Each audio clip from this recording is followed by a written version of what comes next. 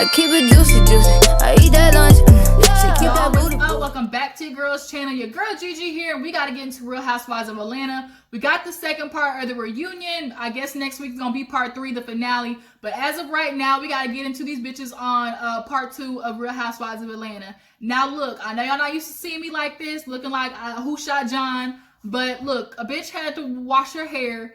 And it was hat day, okay? Like, I can't do my hair just in one sitting because my hair is just so thick. Like, I gotta twist it, detangle it, braid it up. Like, for all you girls out there that got thick hair, you know what I mean. Detangling thick hair is a bitch, okay? So that's why I got this hat on, so don't judge me, okay? Now what we worried about right now. We ain't worried about what I got on my head. What we worried about is these hoes on Atlanta Housewives. So we're gonna get into talking about that. But before we do, I want to say a quick thank you to all these new subscribers who joined your girls fam. After my Growing Up Hip Hop video, a lot of you guys decided to join the Juice Box crew, and I appreciate it. And this is your first time tuning to your girls video. Hello, how you doing? Welcome to your girls channel. Make sure you don't leave without hitting that subscribe button though. Okay. Now let's get into Real Housewives of Atlanta. Let's not waste no time because we got a lot to talk about with these burly bitches, okay? So basically, we open back up with Portia saying that she had so much stuff to say about Kenya beefing with Cynthia on the low. So she said she had receipts, and she sent those receipts over to Cynthia and Andy, and them bitches fell flat, okay? Basically, all it was Kenya venting to her about how she felt Cynthia didn't necessarily, you know, defend her against Eva. I guess she was hypnotized by Eva's beauty and whatnot, but yeah, she didn't like that. So Cynthia was kind of like, well, I was expecting a little bit more. A lot of us were. The way Portia put it made it seem like Kenya was like plotting, okay? Plotting and scheming. And we know Kenya can plot and scheme, but it didn't necessarily come off like that. That's what she was trying to do with Cynthia. But then Portia changed it from, oh, it wasn't a text message to, oh, she called me and told me, oh, bitch, I got something for that ass. Now, I guess it never necessarily really came, but you never know with Kenya. But as of right now, we just are going to have to leave that as is because Cynthia's not buying it. She basically was like, look, you know, I'm in between two friends all the time. Eva might not like Kenya, but I'm friends with both of them. And if they don't fuck with each other, then so what? Like, I can still be friends with either or. So then she kind of went into how, like, oh, you know, it's a dysfunctional family. We're a sister circle. We might like somebody 1 minute and the next season not. And so she kind of, you know, was talking about her and Kandi's relationship. Hold on. Focus. Okay. Sorry, y'all. I don't know why my camera's acted up. Oh, by the way, pause. I'm sorry if the lighting's a little bit different. I'm recording a little bit later in the day, so I don't have as much light over here where I record at. I just had a lot of shit to do today. That's all it was. And I just didn't want the video to be late, you know, get behind, because we got a lot of stuff to talk about tomorrow, too. So, you know, this video might become a little bit late, but I just wanted to get to you guys, all right? But, you know, back to what I was saying, Cynthia, you know, started leading to how basically all these girls are a dysfunctional group of friends. And, you know, that leads into her and Nene's relationship. And Andy kind of asked, well, you know, is that how you would basically describe you and you and Nene's relationship? And Cynthia basically put, look, you know, me and Nene been through the trenches together. We've had good moments, we've had bad moments, but her issue was it just seemed like every time it came time to reconcile with Nene, she never would take accountability for her actions. We both did wrong to each other. And Nene had the nerve to sit there and say, oh, that's not true. I don't know if y'all heard it, but I heard it. She said that's not true. And I'm like, bitch, where? Nene, we ain't never not heard you say, oh, I did this, I'm sorry. Like, Nene is the freaking deflection queen, does not take accountability for nothing. If she apologizes, somebody's got to apologize before her. If she even says, I'm sorry, it comes with, I'm sorry, but you did this and that. That's why I did this. Like, and then of course the typical housewife statement, oh, I'm sorry I made you feel that way. Bitch, no. You're supposed to say, I'm sorry I did X, Y, and Z, and it hurt your feelings. Nene has yet to this day to ever do that. If you found a clip of it, send it to me. Guess what? Don't worry. I'll wait, because the shit ain't coming in. So yeah, so Nene was like, oh, you know, we're just in a good place right now. You know, we might beef or whatever. We don't talk every day, but you know, I don't have any just issues with Cynthia right now. And that's just what it is. But I just found it real funny how she talking about, oh, she she ain't do nothing to her. Bitch, y'all both did wrong to each other, but you did a lot more. You was trying to get, every time you don't like somebody, you try to get their ass fired. But you coming from my pockets, and that's a problem. So then after that, we ended up getting into how Cynthia moved to LA for Mike and how awkward it was when, you know, that whole kitchen scene happened. That was a train wreck. Then we get into Noelle. She didn't join the kitty clicking crew, and I had no idea. Like, I never would have guessed Noelle would have been, you know, swimming in the lady pond. Like, I just never would have guessed. But teachers on, you know, you like it, I love it. Cynthia basically at this point, you know, gave her the reaction that, you know, most kids hope for, which is I love you either way. And I guess her girlfriend's name is Alexis, or Allie or something like that. But they're all in LA right now, quarantining it up.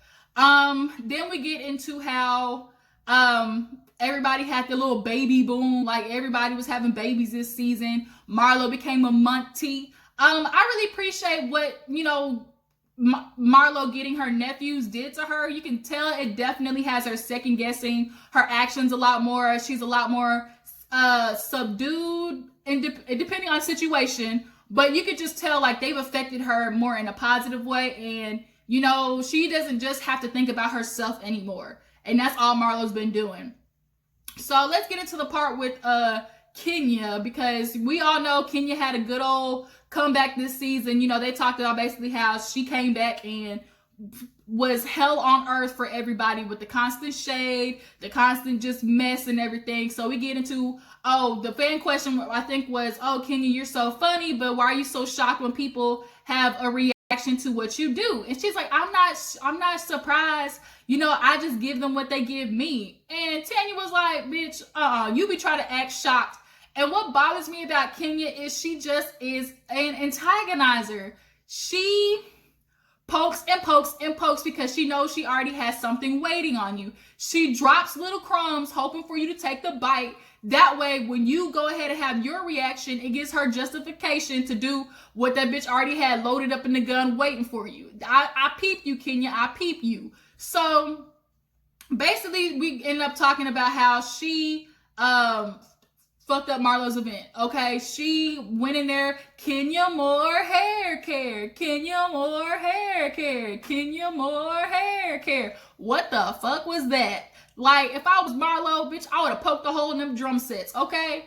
And Kenya, of course, thought it was funny. Oh, she did it because Marlo said this and that. And I think it was Marlo, how can you be surprised after you said something about her mom? Now, I'm with Marlo on this one. That shit happened 5 years ago. Like, you, at some point, Kenya, you gotta let that go. That cannot be the reason why you keep poking at her. Next season, you can't be, I'm burning your wigs because you said something about my mom. Like, girl, it can't continuously be that. So then the question was, well, is it fun shade? Was it fun shade? Of course, Cynthia, she raised her hand when Andy asked. Cynthia, that was not no fun shade. We all know the difference between fun shade and shady boots, okay? And Kenya was being shady boots. Hell, she threw the whole Sandals Resort at damn Marlo with that damn Kenya Moore hair care situation on, okay? And then, like, to me, Kandi explained it perfectly, which was, yeah, it was funny because everybody laughed. Tanya, you put your little 2 cents in, talking about nobody thought it was funny. Bitch, the shit was funny, but it don't change the fact that it was wrong. It was dead wrong, but it was still funny. But Kandi explained it right, which was, yeah, it was funny, but it was not fun shade, okay? Everybody fell out because it was just a shock to think that, oh my God, somebody would really do that. And then Kenya, of course, wants to justify it because she heard that she said something about her mom, but in the playback, we see Marlo said something about, she wondered why she can't have, why she can't find unconditional love, why her husband don't want her and stuff like that. And Marlo was talking about, girl, you can't sit here and wonder why all these men coming on here and your puss can't even keep a man. And oh my gosh, what's in my nose? Sorry, y'all. I hate when you get that tickle in your nose. She's like, why your puss can't keep a man? And Kenya was like, bitch, look, at least you ain't had a man on this show yet, and the one man you did have is because both you and Nene was fucking him. I said, oh, we going there? even Andy was kind of like, my nigga, like, oh my God. And then Eva was like, who? Like, she went there, okay? But at the end of the day, like, Kenya, sometimes it just is not necessary to bring a gun to a knife fight. Like, that's why people don't like you. And even though Kenya does do some of the same stuff that other females do, she just takes it up to another level that's just something, it's just too much, y'all. It's too much. So then we end up talking about how Portia and Kenya had kind of become cool again. And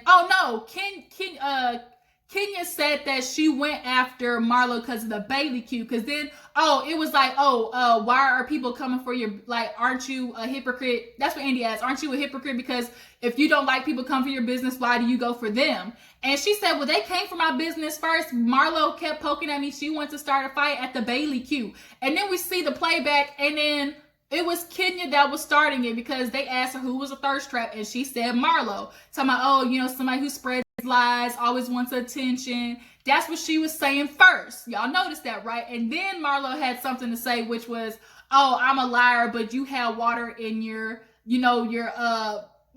bottles at your event. So Marlo only reacted to what Kenya did, but in that point, Kenya wants to take that as reason to sit there and do what she did at Marlo's event. And of course, Kenya always has justification for what she does. It never is, you know what, I did take it far, I fucked up, like I was wrong. There is never none of that, which is why her and Nene are so much alike.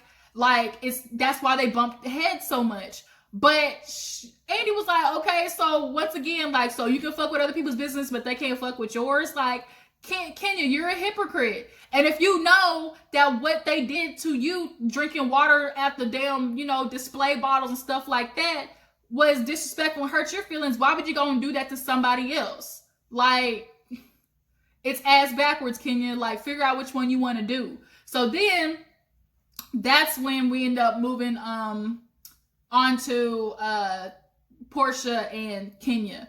They became good. They, after having the babies, were good with each other, but somewhere in the midst of the season, shit started falling off. And it started because, I guess, the shade started going back and forth, and Portia said she felt like the old Kenya was coming back out, and she just didn't like it. And, a lot of us, too, are starting to think, the minute Portia started being cool with Nene again, she is already starting to separate herself from the other ladies in the group. And Portia, like, are you really getting ready to do that? Are you really getting ready to go back to big sis, big sister? Because it was just so hard. It was just so hard without you. Like, bitch, you gonna go choose that one person who dogged you out while you was pregnant, called you everything but the word of God. Like, that's what you're gonna go back to and drop literally 3-4 friends for this one person? Because when she get mad again, she coming for your job, that she gonna try to get your ass fired again. Because Nene goes all the way to the jugular too. So, bitch, you might want to reconsider that situation. But they just kept going back and forth. Kenya was like, oh my gosh, she said so much about me this season, making jokes. And she was like, girl, wasn't no more than you. You made the doggy style comment about Dennis, so why can you say something about me? And then all of a sudden, now you want to play victim, which I agree with. They all do this thing where it's like, I can throw the shade, but I don't want to take it type situation. Like, they all are good at finding, specific areas when they want to be mad, when they don't want to be mad. Because Portia, if you want to think about it, Kenya wasn't the only one who made those, like, digs at Dennis. Like, Marlo said it, Nene said it. Hell, Nene said you need a rabies shot, and we don't see you get mad at her about nothing. So, it's always they pick and choose what they want to do. So then, what happened after that? I think we see, that's when they get onto Shamia. Portia said Kenya lying about the whole Shamia situation. Shamia, I guess Kenya had posted, the receipts online, and she said it claimed it was a misunderstanding. Portia's like, bitch, those receipts need to be put in the shredder, because that is not it. And so Andy was like, so I guess this friendship isn't really going nowhere. And then And then Kenya was like, no, because I can't be too many bitches. So Portia was like, girl, you really gonna let the word bitch be a problem? And I called you that once and then I apologize. You called Tanya a whole cunt. Like, we is not getting ready to play that game. Kenya, quit acting like bitch is just the worst name on earth. Like, you called Tanya a cunt. Like, let it go, sis. Let it go. You're not gonna play victim like that. Do not be doing the old white woman trick. No, we not getting ready to do that. Oh my God, look what they did to me when bitch you started it first. So then we end up getting on to how basically is this karma for Kenya? What's going on? Because she brought the cookie bitch around, and what she did was it was a lot, y'all. That's why she did it to Tanya, because she knew she couldn't do it to the other hoes. Had she did it to anybody else on that cast, bitch, it would have been another reunion moment where Portia pulled Kenya down. Everybody would have caught a case had it been any other person. But she was talking about, oh my God, or Andy asked like, oh, was it karma after what you did to Tanya? And she was, he asked Nene, does she still believe what Kenya is going through is karma? And of course, Nene was just sitting there like, because basically the answer was like, yes, I absolutely believe that. And then Kenya came back with another 1-2 punch talking about, well, Nene, if you believe that, then would you say that what Greg did, sleeping with the help, is karma for you? No, you didn't. Oh my God. Oh my God. Oh my God, y'all. I was like, bitch, I would have jumped through the screen. Don't you try to blast me with my own truths. No, you not today. So of course, Nene like to combat it, just like gave in, was like, yeah, I deserved it. Yeah, I deserved it. And they played the replay where Nene was talking about how Greg was fucking around with the help. Like, Greg, if you're gonna mess around on her, at least don't let it be in house. So then Nene came with a comeback, your man fucking around on you too. She's like, he might be, but at least we separated. Kenya, first of all, quit playing. Like, how y'all separated, but in the beginning of the reunion, you said y'all were working on things. So you snitched on yourself right there. Y'all supposed to be working on things. Y'all supposed to be going to therapy, but he can go on a date. Bitch, quit playing. So then basically everybody was kind of like stuck because wasn't nobody expecting Kenya to come out there. She was like, oh my God, I can't believe the ugliest bitches want to come for the prettiest girl. Oh my God, this is what you doing. Like, she was at it. I'm like, Nene, you might want to shut up. Like, as much as Nene tries to go for Kenya, like, she can't keep up. She just cannot. Kenya is always gonna hit her with the 1-2 punches, and my nigga, like, she be getting it. Like, she might have got MVP this episode. Portia was MVP last episode. That shit was funny. But this episode, like, might have been Kenya. So we move on to basically the whole Canada situation where Kenya was being messy. So Andy asked, why didn't you just admit to Tanya that you were talking about her and Paul? I wasn't talking about her and Paul. That's not what I was doing. I didn't go into her plans. And everybody was like, bitch, yes, you did. Everybody knew that you were talking about the cookie bitch. Everybody at the table knew who it was. And Kenya was like, because Portia said she thought it was her. And she was like, girl, I knew that for 2 seconds. After the 2 seconds, when her and Tanya started going back and forth, it was so obvious she was talking about Tanya and Paul. And like I said, I think what Kenya does is Kenya just doesn't do stuff spontaneously. She already has a plan in her head. So for her, it was, I'm gonna say it a general passive aggressive way. Oh my God, how would you feel if somebody knew your man was cheating? And obviously you know who you're talking about, and everybody else at the table knows who you're talking about. So you're luring her in. So she was waiting on Tanya to take the bait, which she did. And then when Tanya got pissed off and found out about it, because, it came out that Cynthia finally told her, Cynthia, as much as she hangs out with Kenya and try to be messy on the low, she has a conscience. And she knew it was messed up, the fact that Tanya was sitting there looking dumb while Kenya was basically playing with her emotions and her relationship. So she ended up telling her, and that's why Tanya brought the wig back when everybody made it back to the States, because Tanya was up on game, like Portia said. So she brought the wig back, and now Kenya wants to use that as reason to bring the cookie bitch. And like I said, she was poking at Tanya, ready for her to take the bait. And the minute she reacted, she already had what she was going to do in the gun already. She already knew what was planned, okay? She just needed Tanya to fall for it, and unfortunately she did.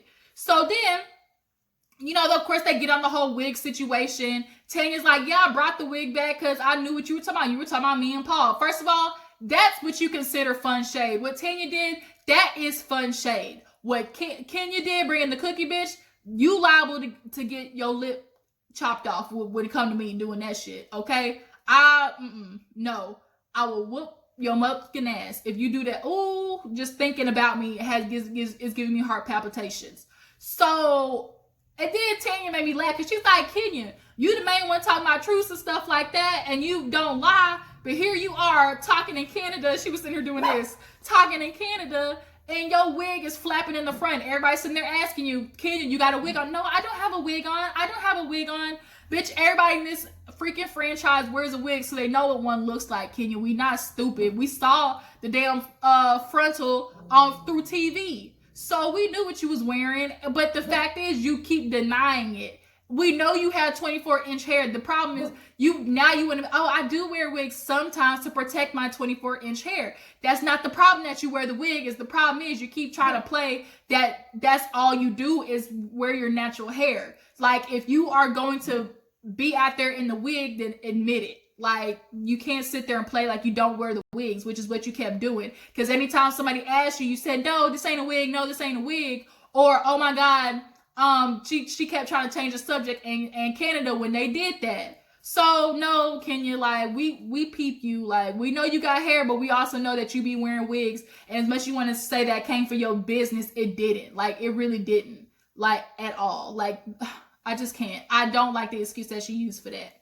So of course, Cookie Bitch comes in the picture, and the issue is, you know, the other ladies knowing about it, because after that, Portia came up in there to my Andy. I got a question. We have a Portia from Atlanta. So then she's like, Tanya, do you believe Kenya acted alone?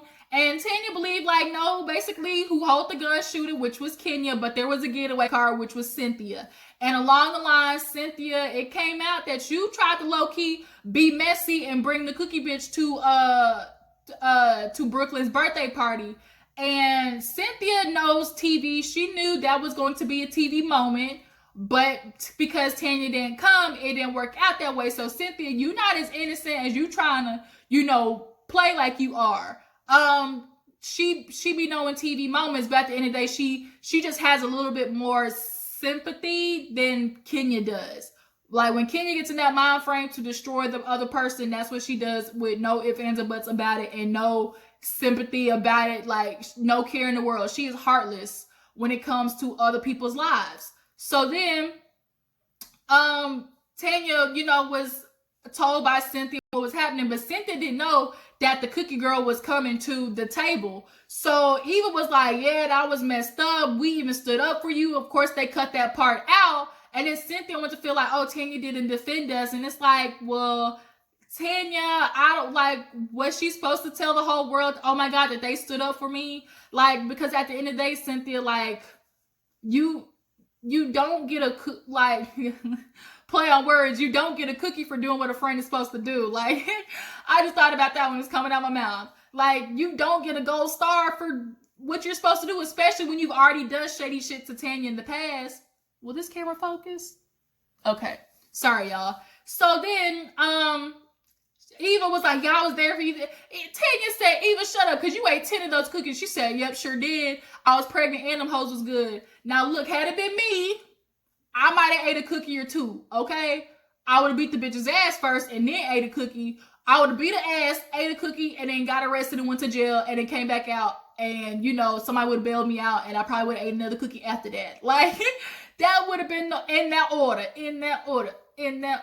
Anyways, let me quit playing. So, after that, of course, we got to get into the Kandi situation, her surrogate. Of course, we got into Eva, how her and Kevin McCall, you know, that nigga crazy, okay? He is bipolar loco, cuckoo for Cocoa Puffs, and she revealed that he was very abusive. You know, she thought she was going to be the different girl that didn't get, you know, the asshole of a man, but she did. And so in the meantime, when she left crying, they ended up getting on Portia and Dennis's topic how he cheated on her, was sticking his hot dog in every bun, walking around in ATL.